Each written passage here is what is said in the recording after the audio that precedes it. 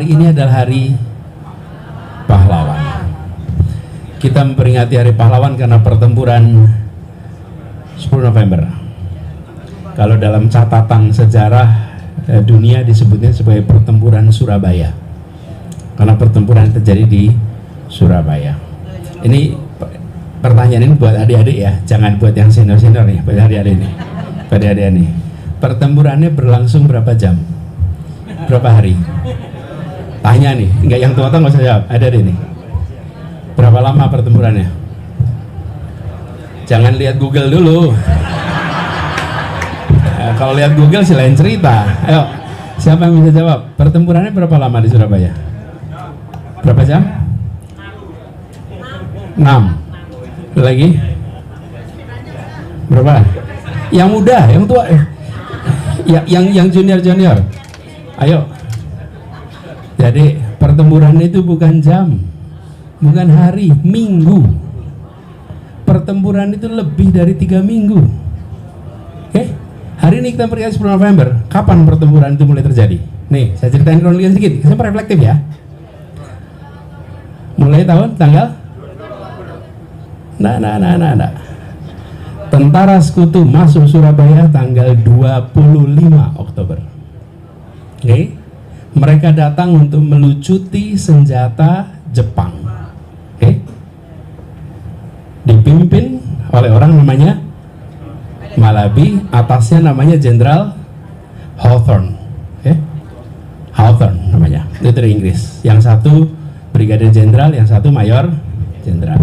Masuk tanggal 25. Tanggal 26 ketemu dengan Gubernur Jawa Timur namanya Suryo, ya.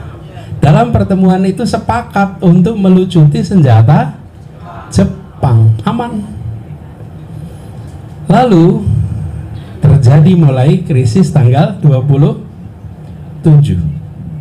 Mulai tanggal 27 mulai krisis tuh. Jadi apa yang terjadi di lapangan ternyata tidak seperti itu.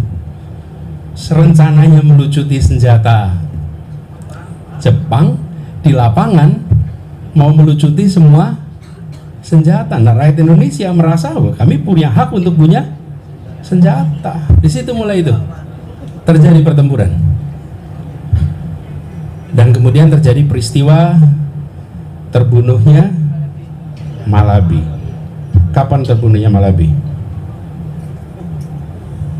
Ada yang tahu nggak terbunuhnya kapan? Tanggal 30 Oktober. Malam hari Malabi diserbu, kemudian terjadi penembakan, Malabi meninggal kena bom granat, mobilnya rusak, badannya sulit dikenali. Mulai membesar, lalu muncul pamflet diterbangkan dari Jakarta. Itu pamflet itu kalau tidak salah tanggal 27-28. Pamflet itu mengatakan semua orang harus menyerahkan senjatanya. Rakyat Surabaya tidak mau menyerahkan senjatanya. Yang nerbangin dari Jakarta. Konflik terjadi. Soekarno, Hatta, Amir Syarifuddin dikirim dari Jakarta ke Surabaya untuk mendamaikan. Terjadi perdamaian sementara. Sementara itu damai. Jadi adik-adik sekalian, ini pertempurannya panjang. Saya ingin sampaikan pertemuan panjang nih. Jadi bukan pertempuran berapa jam tanggal 10 November. Pertempurannya berlangsung panjang sampai berakhir tanggal 27 November. Baru selesai. Terakhir pertempuran. Nah, pertanyaan nih, dalam pertempuran yang panjang itu, saya usul ada nanti baca. Dalam pertempuran itu, yang menang siapa? Yang menang siapa? Surabaya. Betul. Nih, kalau secara militer yang menang adalah Inggris. Ukurannya gimana? Nih, ukurannya gimana? Jumlah yang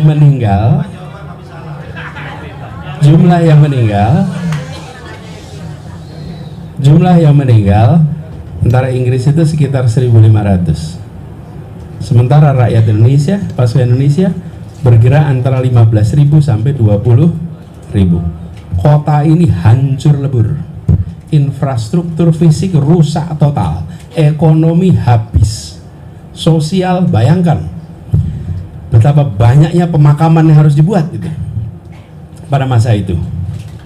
Jadi yang terjadi pada saat itu, secara militer yang menang adalah Inggris. Kemenangan di mereka secara militer. Dari peristiwa ini kita bisa menyaksikan catatan kematian di Indonesia ini tidak lengkap waktu itu. Jadi ada yang menyebut 15, ada yang menyebut 20.000. Tapi kalau yang dari pihak Inggris fix, tepatnya 1.500-1.600 orang yang meninggal.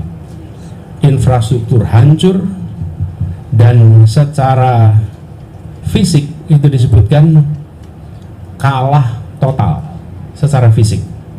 Surabaya luluh lantak, hancur.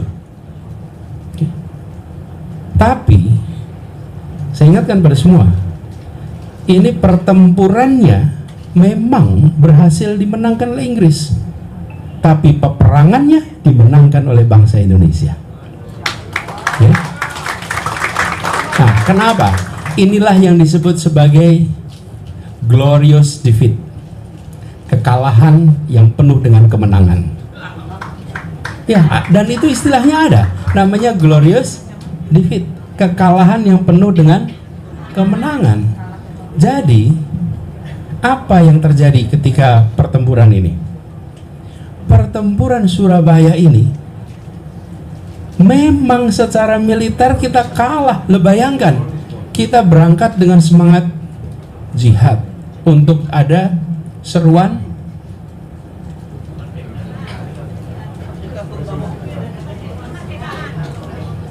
resolusi jihad, semua berangkat untuk jihad, oke? Semua berangkat, tapi modal senjatanya iya, macam-macam modal senjatanya. Secara fisik senjatanya kalah, inferior, mereka superior. Tapi akibat pertempuran ini, sekutu goyah. Bayangkan, pertempuran kok 3 minggu lebih, dibunuh, maju lagi, tidak selesai. Coba berangkat terus, sudah jelas secara senjata itu inferior, tapi secara semangat tidak pernah kendor, tidak pernah maju lagi. Mereka menemukan bahwa yang namanya merdeka itu bukan kemauan elit segelintir orang di Jakarta. Ini adalah kemauan seluruh rakyat Indonesia. Jadi semangat dan keberanian rakyat Surabaya ini dalam menghadapi kekuatan militer Belanda, dalam tanda kutip Inggris, itu membuat perlawanan menjadi perlawanan heroik. Dan peristiwa ini bukan saja membuat lawan getar, tapi membuat seluruh bangsa Indonesia merasa kami bersama rakyat Surabaya, kami bersama rakyat Jawa Timur, kami akan berjuang bersama mereka. Jadi, teman-teman Bapak sekalian, pertempuran ini walaupun secara militer itu kalah, tapi secara karena ada pertempuran, ada peperangan. Secara peperangan itu pembangkit yang luar biasa. Kita merdeka baru bulan Agustus, 3 bulan kemudian terbukti bahwa seluruh rakyat Surabaya menginspirasi bahwa ada semangat luar biasa untuk melawan. Dan apa yang terjadi? Dunia internasional shock, terkejut. Peristiwa 17 Agustus di Jakarta dituding oleh Jepang, dituding oleh Belanda, dituding oleh dunia internasional sebagai rekayasa kaum intelektual. Karena yang di BPUPKI yang mendeklarasikan itu sekelompok orang sekolahan yang bilang mau merdeka. Lalu mereka mengatakan itu bukan kemauan rakyat. Jakarta bergerak. Peristiwanya namanya Ikada. Bulan September orang berkumpul di Monas. Sekarang Monas namanya Dan di situ penduduk Jakarta kira-kira waktu itu sekitar 300.000 orang penduduk Jakarta. Dan yang berkumpul di Monas diperkirakan 150 sampai 200.000 orang. Bayangkan, 2/3 penduduk kota kumpul satu tempat. Setelah peristiwa itu, Jepang tidak berani lagi keliling-keliling kota di Jakarta. Kenapa? Karena dia tahu bahwa rakyat di Jakarta berada di belakang proklamasi. Nah, tapi belum ada pertempuran. Itu Agustus, September, November. Peristiwanya mulai bulan Oktober. Rakyat di Jawa Timur, di Surabaya, mengangkat senjata, menunjukkan bahwa kami bukan cuma siap datang kalau apel siaga. Kami siap datang kalau harus hibah nyawa. Kami siap datang kalau itu harus memperjuangkan kemerdekaan. Jadi pertempuran ini mengubah cara pandang dunia terhadap kemerdekaan Indonesia. Yang semula kemerdekaan itu dikatakan sebagai aspirasi sekelompok kecil, mulai saat itu tidak bisa lagi dianggap aspirasi sekelompok kecil. Apa yang terjadi? Inggris mundur. Sesudah peristiwa di Surabaya, mereka mengatakan kami tidak mau lagi bekerja untuk Belanda. Kenapa? Karena kemauan merdeka adalah kemauan rakyat Indonesia. Inggris mundur. Walaupun pada waktu itu di sini mereka bertempur, tapi sesudah peristiwa di sini dia mundur. Dan di parlemen Inggris terjadi perdebatan. Peristiwa meninggalnya Malabi dibahas di parlemen Inggris. Dan anggota-anggota parlemen Inggris mengatakan bahwa meninggalnya Malabi itu bukan karena sikap licik warga Indonesia, bukan sikap rakyat Indonesia, tapi karena ada pasukan Malabi yang tidak disiplin dalam menjalankan gencatan senjata. Dan rakyat Indonesia marah ketika gencatan senjata tidak dijalankan dengan baik. Jadi, teman-teman, dunia itu melihat atas peristiwa ini. Dan akibat dari itu semua, maka pengakuan atas kemerdekaan Indonesia itu bergerak. Dunia melihat ini bukan sekelompok pemberontak. Ini adalah kemauan genuine rakyat. Dan ini mengubah persepsi dunia.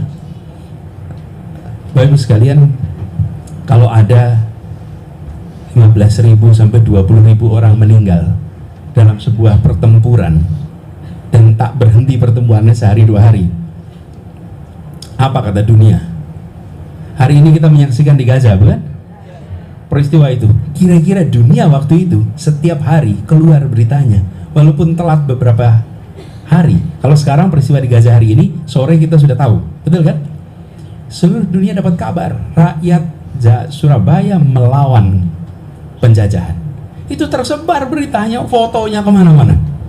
Dan dunia bersimpati. Bersimpati sama siapa? Sama penjajah atau sama yang terjajah? Yang terjajah. Seluruh dunia bersimpati ketika ada bombardir terus-menerus dan rakyatnya tidak berhenti perang. Jadi saya membayangkan nih, Surabaya waktu itu seperti Gaza hari ini. Simpati dunia mengalir kepada Indonesia. Akibat apa? Akibat semangat juang orang-orang Surabaya pada masa itu.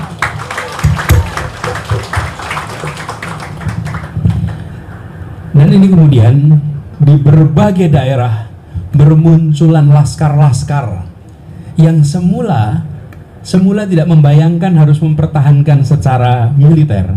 Akibat peristiwa Surabaya, laskar di seluruh Indonesia bermunculan. Kenapa? Kami harus siap-siap. Bila sampai terjadi peristiwa seperti di Surabaya, kami siap. Maka di seluruh Indonesia 2 bulan sesudah kemerdekaan bermuncullah laskar-laskar di mana-mana. Ini, Bapak sekalian, teman sekalian, sebuah peristiwa yang kalau tadi saya istilahkan glorious defeat atau kalah tempur, menang perang. Tempurnya kalah tapi perangnya menang. Nah, itulah peristiwa sedikit soal 10 November. Jadi buat dari semua, jangan membayangkan 10 November ini peristiwanya hanya 5 jam, 6 jam. Tidak 3 minggu lebih nih peristiwa. Dan saya usul pada teman-teman sekalian, bayangkan berada di dalam suasana kota seperti itu, Yang saya lebih kagum lagi, ini bicara dengan ibu-ibu nih. Apa yang saya kagum lagi, Bu? Bu, bayangkan Bu, yang pada berangkat perang itu, anak-anak muda, itu nggak pamit sama orang tuanya? Pamit. Sekarang coba kalau ibu dan bapak dipamiti oleh anak. Ayo. Bagaimana kalau anak-anak muda, ya, umurnya 18 tahun, 20 tahun datang bilang, Bu, doakan ya, saya akan berangkat perang. Kira-kira bagaimana, Bu? Kalau hari ini ditanyain,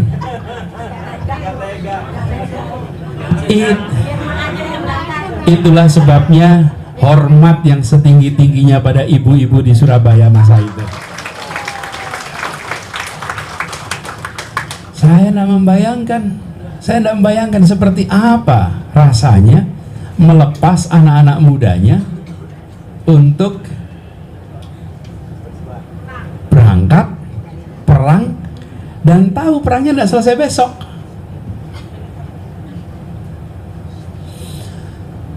Selamat datang nih Pak.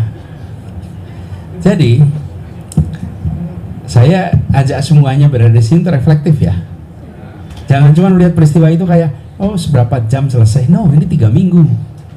Makan sulit, pasokan makanan tidak ada, semuanya serba sulit nih. Lalu bayangkan keluarga-keluarga yang anak-anaknya berangkat. Karena itu, saya bayangkan di kota Surabaya ini dan sekitarnya, barangkali tidak ada keluarga yang tidak punya kerabat yang meninggal dalam pertempuran. Pasti ada. Dan semua merupakan bagian dari ini tanggung jawab kami. Pelajaran apa yang bisa kita ambil dari peristiwa ini? Banyak sekali. Tapi saya ingin sampaikan pertama, bahwa Republik ini dibangun dengan semangat gerakan, bukan semangat program. Itu harus dikembalikan dalam menjalankan Republik ini. Apa bedanya gerakan dengan program? Program itu diselesaikan atau dibuat untuk menyelesaikan masalah. Kalau gerakan itu dibuat untuk mengajak semua pihak menyelesaikan masalah. Okay. Yang satu menyelesaikan masalah namanya program. Kalau gerakan mengajak untuk menyelesaikan masalah. Coba kalau mempertahankan kemerdekaan itu adalah programnya Kementerian Pertahanan saja. Okay. Terus rakyat Surabaya bilang gini, wah Tara Sekutu masuk ya. Oh kalau gitu biarkan Kementerian Pertahanan menjalankan program berperang lawan Sekutu, mudah-mudahan menang. Kami sebagai rakyat menonton pelaksanaan program. Programnya apa? Pertahankan kemerdekaan. Tapi kalau gerakan, apa yang gerakan? Semua pihak terpanggil untuk terlibat. Ini bukan masalahnya Kementerian Pertahanan, ini adalah masalahnya kami. Semua merasa memiliki masalah dan semua ikut bertanggung jawab menyelesaikan masalah. Apa masalahnya? Datang kekuatan asing ke negeri ini dan semua bangkit untuk melawan. Itulah gerakan, dan ditunjukkan gerakan itu di Surabaya secara amat menyolok dan dicatat dalam sejarah. Dahsyat. Nah, kita dalam menjalankan pemerintahan akhir-akhir ini itu beberapa dekade ini, makin hari banyak urusan makin dianggap sebagai program, bukan gerakan. Jadi rakyat suruh apa? Nonton aja. Rakyat bayar pajak dan nyoblos saat pemilu, tapi tidak usah terlibat. Nonton aja, nggak bisa. Republik ini dibangun dengan semangat gerakan, dan semangat gerakan harus dipertahankan untuk hidup di Republik ini. Oke? Itu pelajaran satu. Pelajaran kedua. Nah, ini terkait dengan apa yang sedang kita kerjakan kemarin. Di Surabaya, kita mengingat Hari Pahlawan, sebagian merasa menang secara militer. Padahal tidak, bukan? Secara militer tidak menang, tapi peperangannya kita menang. Teman-teman sekalian, kita kemarin secara hitungan suara mungkin saja kita tidak menang, tapi semangat untuk perubahan menular kemana-mana. Betul tidak? Ya, sampai sekarang kita masih bertahan, sampai sekarang masih terus bergerak, betul tidak? Dan menular kemana-mana. Jadi belajar dari peristiwa Surabaya, Itu yang disebut sebagai glorious defeat, kekalahan yang penuh dengan rasa kemenangan. Kenapa? Karena kita tahan untuk tidak dibayar, karena kita tahan untuk menghadapi tekanan, betul tidak? Ya, dan inilah yang insya Allah kekuatannya akan membesar. Yang akan membesar siapa? Kekuatan untuk melawan tekanan, melawan bayaran, ketika kita sampai pada penentuan pilihan. Karena pilihannya bukan karena bayaran, pilihannya bukan karena tekanan. Dan itu semangat yang harus kita perluas ke depan. Jadi ketika kita melihat pertempuran Surabaya, pertempuran 10 November, kita belajar dari bagaimana menjaga stamina. Dan itu mengagetkan. Memang betul, kemarin ketika kita melihat hasil, banyak yang terkejut. Kenapa tuh? Ini yang tercatat oleh KPU saja tuh 40-an juta itu tercatat KPU. Tapi kita tahu sesungguhnya kekuatan itu meluas kemana-mana, dan ini yang harus dipertahankan. Bukan semata-mata dipertahankan untuk mendukung Amin, bukan. Dipertahankan sebagai pribadi-pribadi yang tahan tekanan, tahan imbalan untuk berjuang bagi perubahan di Indonesia.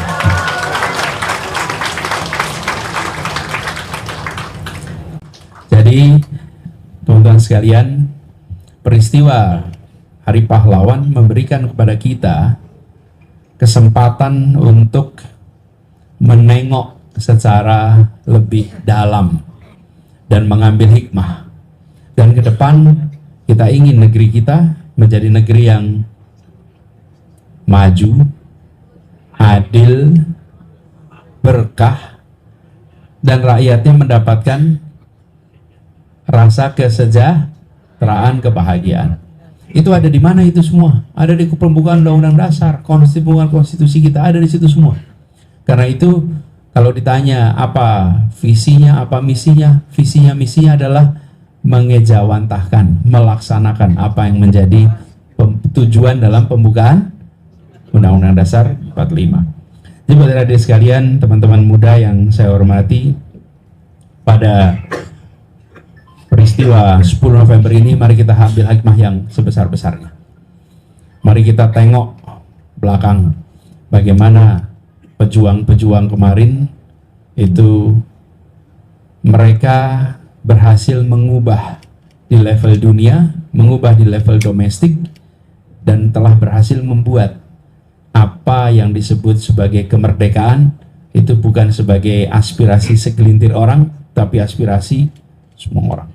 Sama, perubahan itu bukan aspirasi segelintir orang, perubahan itu adalah aspirasi rakyat Indonesia. Kita ingin lebih maju ekonominya, kita ingin lebih adil ekonominya, dan apa yang tadi disampaikan sebelumnya oleh Prof. Daniel dan Bung Hilmi adalah pesan-pesan tentang bagaimana Indonesia ke depan nantinya. Itu saja sebagai pengantar dari saya. Terima kasih.